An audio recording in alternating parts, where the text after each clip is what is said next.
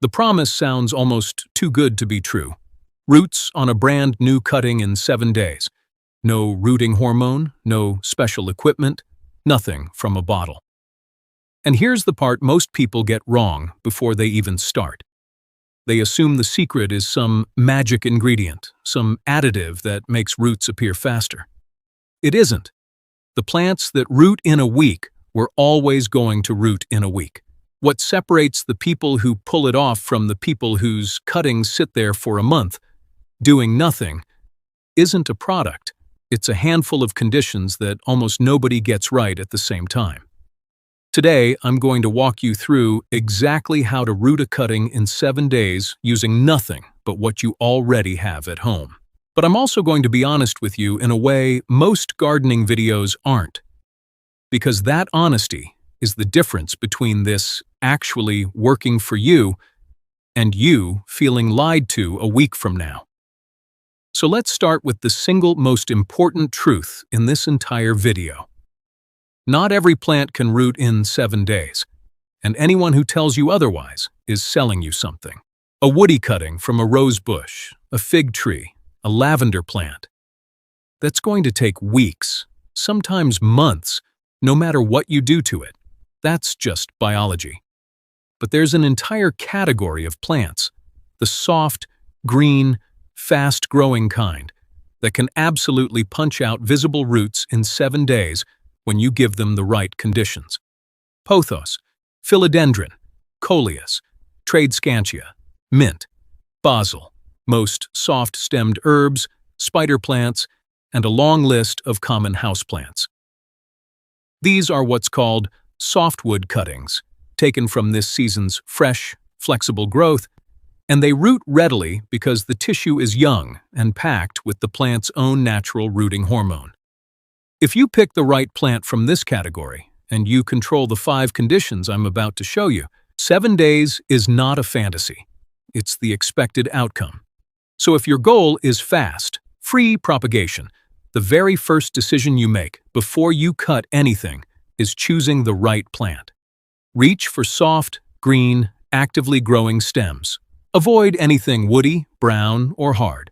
Get this one choice right and you've already done half the work. Get it wrong, and no technique on earth will rescue your timeline. Now let's talk about the cutting itself, because how you take it determines how fast it roots more than almost anything else. The first rule is to take your cutting in the morning. This sounds like a small, fussy detail, but there's real reasoning behind it. In the early morning, before the heat of the day pulls moisture up and out through the leaves, the plant's stems are at their fullest, most hydrated state. A cutting taken from a well-hydrated stem has more internal reserves to draw on while it works on growing roots, and it's far less likely to wilt during those critical first days before it can drink for itself. Take a cutting in the heat of mid-afternoon, and you're starting with a stem that's already partially dehydrated, already behind before it begins. Next, the cut itself. You want a clean, sharp cut made with scissors, or a knife you've wiped down, ideally with a little rubbing alcohol or even just clean water.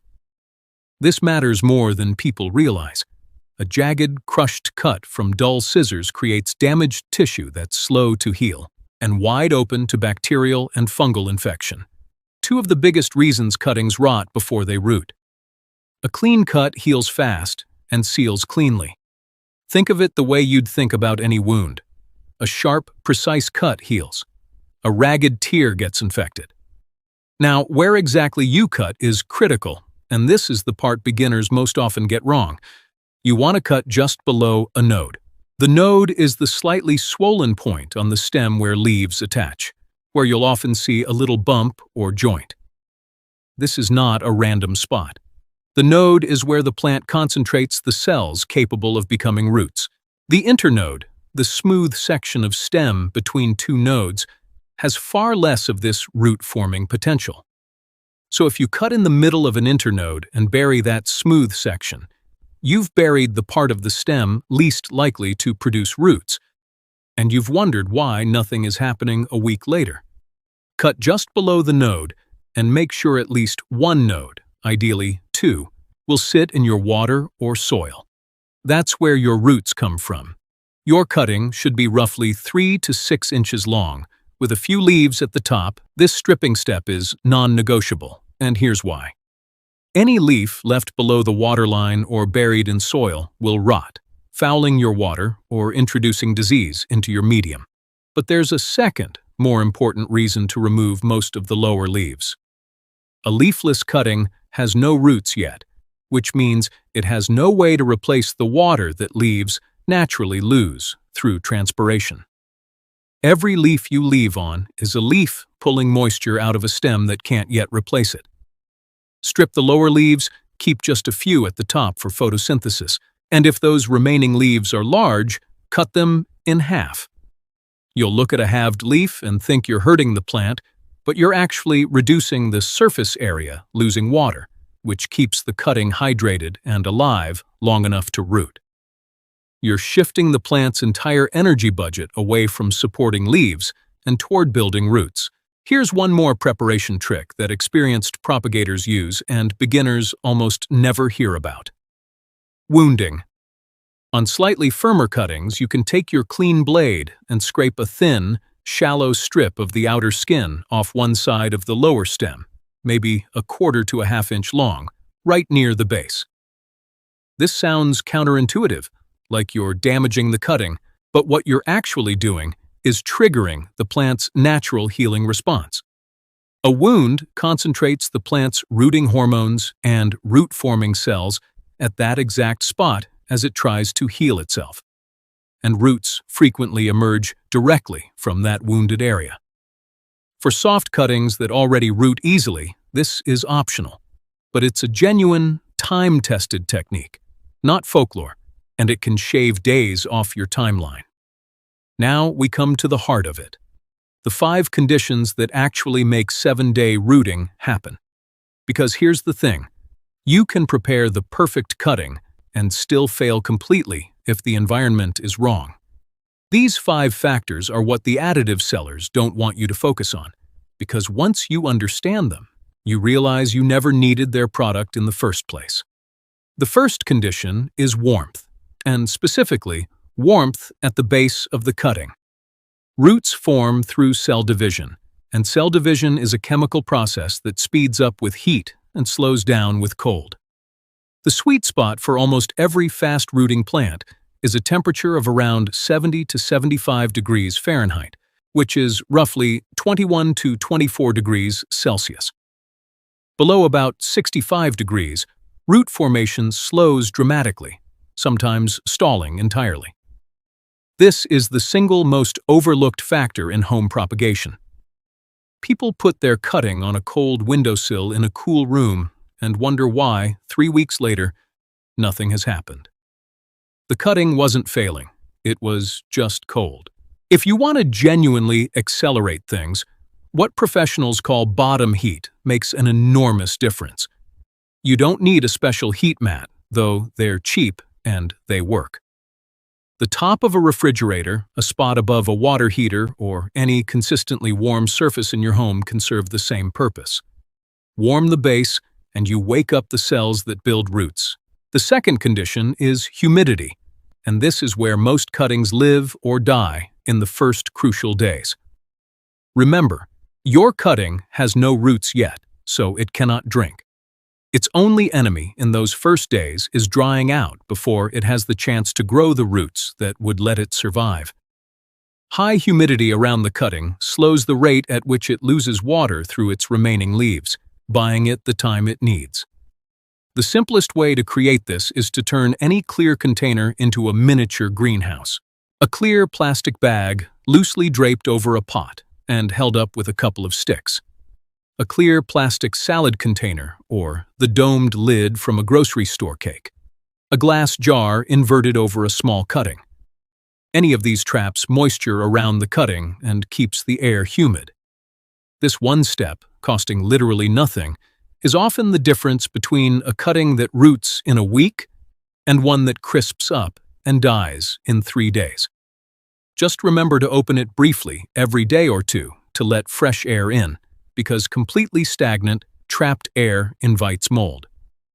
The third condition is light, and the key word here is indirect. Your cutting needs bright light to photosynthesize and generate the energy required to build roots, but it absolutely does not want direct, harsh sunlight.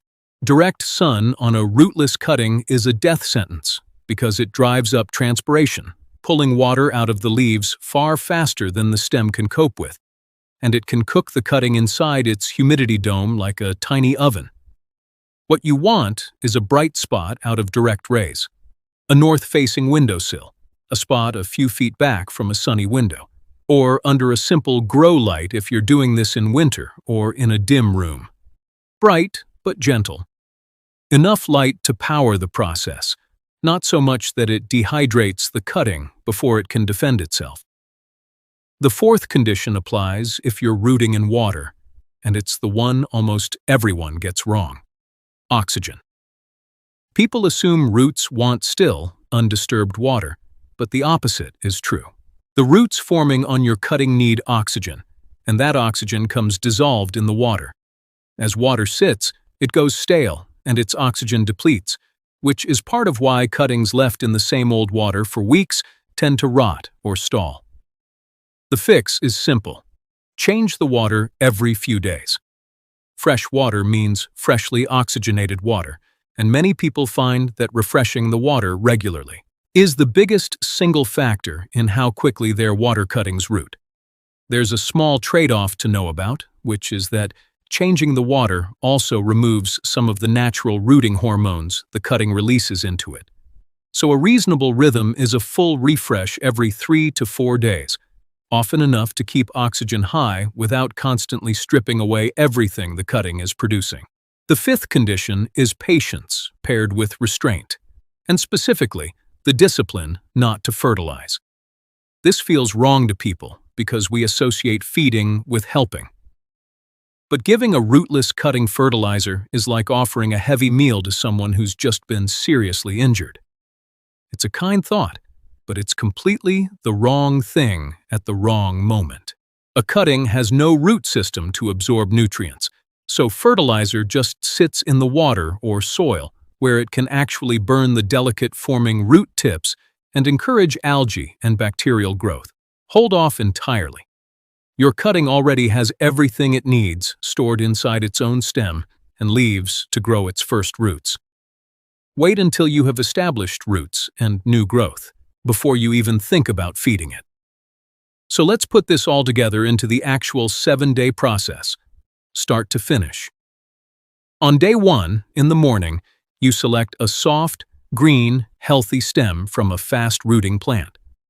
You take a clean, sharp cut just below a node, making your cutting 3 to 6 inches long. You strip all the lower leaves, leaving just a few at the top, and you halve any large remaining leaves to reduce water loss. If your cutting is slightly firm, you scrape a small wound near the base. Then you place it, with at least 1 or 2 nodes submerged or buried, into either a clean jar of room temperature water or a small pot of moist, airy potting mix. If you're using soil, cover the whole thing with a clear dome or bag to lock in humidity. You set it in a warm spot with bright, indirect light, ideally with some gentle warmth at the base. Through days 2 and 3, you do almost nothing, and this is the hardest part for most people. You resist the urge to poke at it, pull it up to check, or move it around. Disturbing a cutting during this phase damages the microscopic root initials just beginning to form. If you're in water, you keep an eye on the level and the clarity. If you're in soil under a dome, you make sure the mix stays moist but never waterlogged, and you crack the dome open for a few minutes to exchange the air.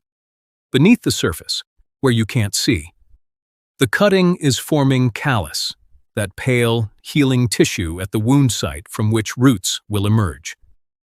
By days 4 and 5, on the fastest rooting plants, you'll often start to see the very first signs.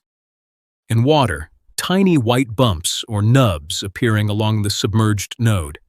In soil, you obviously can't see roots, but the cutting will look healthy, and turgid rather than wilting, which is itself a good sign that things are working below. This is when you change your water if you're using the water method, keeping that oxygen fresh. Still no fertilizer. Still bright, indirect light. Still warm. By days 6 and 7, those white nubs from earlier in the week elongate into recognizable young roots, often an inch or more long on the quickest plants. For a soil cutting, the test is the gentle tug. Take the very top of the cutting between 2 fingers and pull upward, softly. If it resists, if it holds its ground in the soil, it has gripped with new roots and it's working. If it slides right out, it needs more time, so you simply settle it back and wait a few more days. Many soft cuttings will pass this test right around the 1-week mark, especially if you nailed the warmth and humidity. And that's the whole secret. There is no secret. There's no powder, no gel, no proprietary formula. There's a well-chosen plant, a clean cut below a node, stripped leaves, and 5 environmental conditions: warmth, humidity, gentle light, oxygen, and the restraint to leave it alone and not feed it, all working together at the same time. When people fail at propagation, it's almost never because they were missing a product. It's because 1 or 2 of these conditions were off. The cutting was cold, or the air was too dry, or it was baking in direct sun, or it sat in the same stale water for 2 weeks. Fix those, and the plant does the rest entirely on its own, exactly as it has for millions of years, long before anyone ever bottled a rooting hormone. So here's what I want you to do this week. Find 1 soft, green, fast-growing plant, even just a kitchen herb like mint or basil, or a pothos vine from a friend. Take a cutting tomorrow morning using everything in this video. Set it up with warmth, humidity, and bright, indirect light. Then watch what happens over the next 7 days.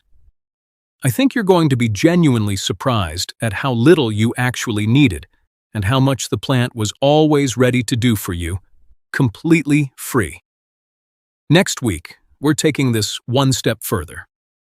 Because once you can root a single cutting reliably, the next move is turning 1 plant into 10, then 10 into 100, building an entire garden's worth of plants without spending a single dollar on new ones.